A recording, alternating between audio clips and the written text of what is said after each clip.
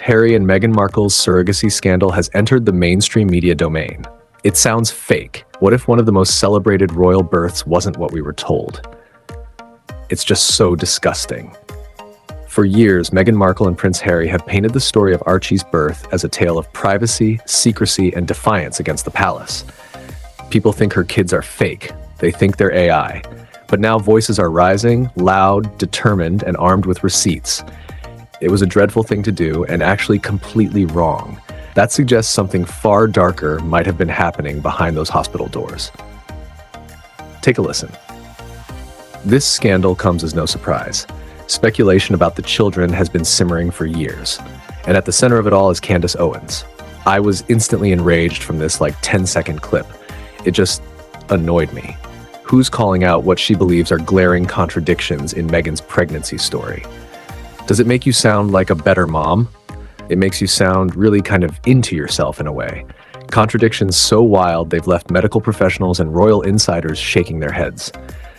This crisis won't die down until the irrefutable truth comes out. From Harry's own memoir to hospital insider leaks, the official timeline doesn't just feel unusual, it feels almost impossible. He describes her very well, and he does this by taking a look. Absolute media manipulation. But I thought tonight this was really ridiculous. 2 epidurals, a rapid hospital discharge, conflicting explanations for why the press wasn't notified. Buckingham Palace is being pressured to remove Prince Archie and Princess Lilibet from the UK's royal line of succession until the Duchess provides absolute proof that she popped out both babies herself. When you place these puzzle pieces together, the picture isn't one of a fairy tale royal birth. It's a web of contradictions that's only growing harder to ignore. And here's the kicker. If even part of this narrative doesn't hold up under scrutiny, it raises a chilling question. What exactly was the royal family hiding, and why? Because if the inconsistencies are real, then the public hasn't just been misled. The trust between Meghan, Harry, and the millions who celebrated Archie's arrival may have been shattered from day one. Why lie? It was just so truly, truly bizarre. But before you jump to conclusions, let's break down the evidence piece by piece, because what comes next may change how you see this royal story forever. The timeline in Harry's own memoir might expose more than the couple ever intended. In his best-selling book, Harry recalls Meghan giving birth to Archie at the luxurious Portland hospital, where she supposedly endured not 1 but 2 epidurals before leaving the hospital with their newborn in just a matter of hours. On the surface, it reads like a dramatic and glamorous account, the kind of story meant to showcase resilience and control. But when doctors, nurses, and even experienced mothers began analyzing this version of events, the questions came flooding in. First, the idea of having 2 epidurals in the middle of labor raised red flags. An epidural isn't a painkiller you pop in and out. It involves inserting a catheter near the spinal cord, and switching it out mid-labor is not only extremely rare, but also risky. Why would you do that? That's not necessary. Silence everybody and just produce a DNA sample or proof of delivery. It's like she's playing a human being. It's a performance. Second, the recovery timeline Harry describes is almost medically impossible. Most new mothers, especially those who undergo any complications or even standard pain management, are monitored for at least a full day before being discharged.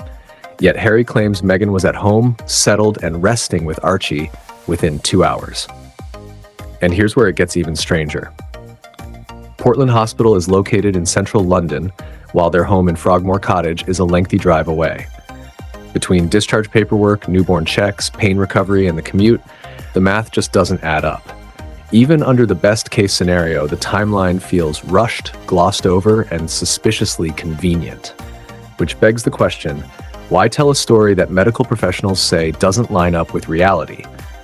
And if the timeline is inaccurate, what else in their carefully curated narrative might also be misleading?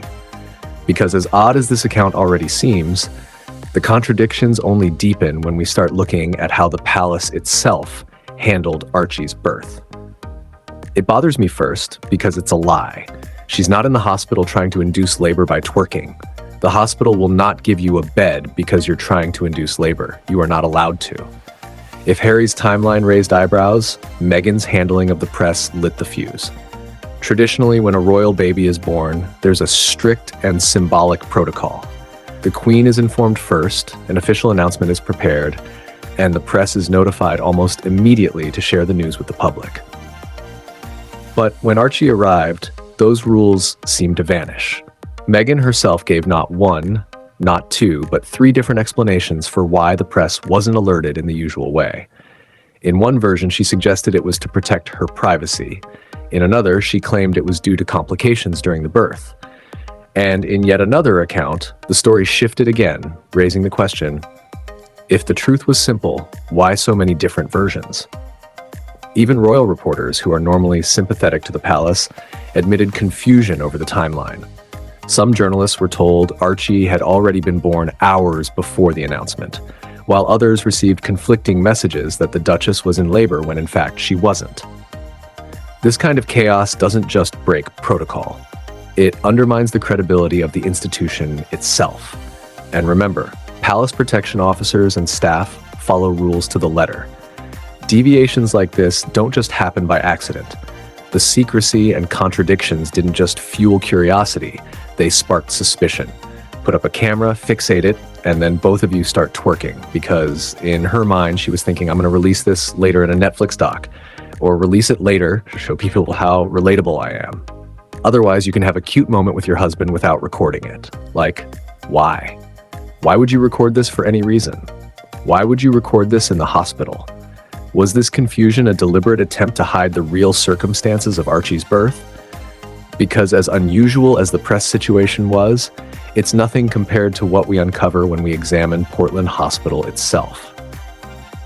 Do you believe these inconsistencies are about protecting privacy, creating sympathy, or covering something deeper about the monarchy?